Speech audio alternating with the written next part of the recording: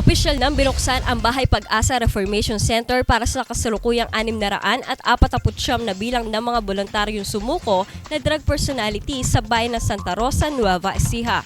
Pinangunahan ni Mayor Marita Angeles ang pagre-ribbon cutting kasama si Vice Mayor Boyet Angeles, TESDA Provincial Director Melanie Romero at Santa Rosa PNP Chief Jeffrey Alivia.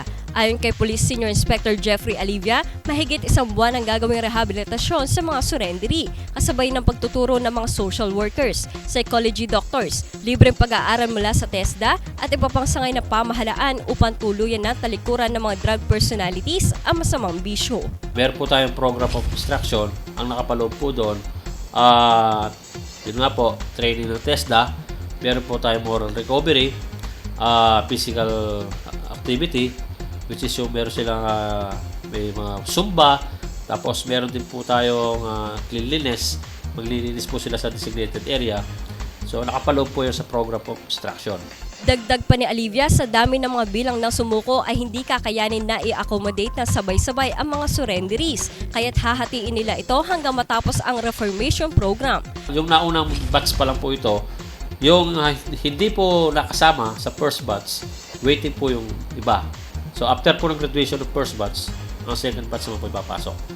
So yung mga hindi po mapapasok sa first batch, monitoring pa rin po sila, magre-report sila sa mga barangay captain nila.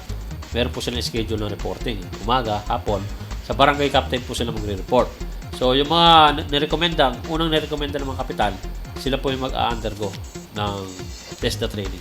Sa tulong ng Technical Education and Skills Development Authority o TESDA, ay maaari sila mabili sa napakaraming kurso na libreng ino-offer ng ahensya, kagaya na lamang ng automotive servicing, refrigeration and air conditioning services na karaniwang pinipili ng mga kalalakihan, at beauty care, cosmetology at massage therapy na pwedeng pagpilian ng mga kababaihan.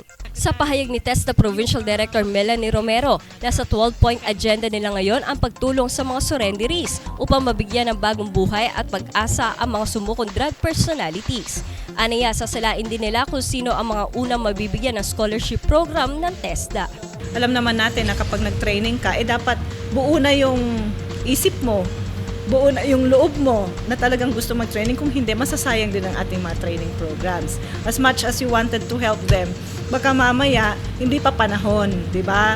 So, ang aming bibigyan ng training program, ito yung in-endorse ng Department of Health para sabihin sa amin na okay, ito, ready na ito for training. Kasunod ng San Jose City, ito na ang ikalawang Bahay Pag-asa Reformation Center sa municipal level na binuksan sa Nueva Ecija.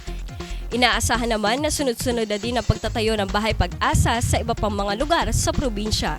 Danira Gabriel para sa Balita, Unang Sigaw.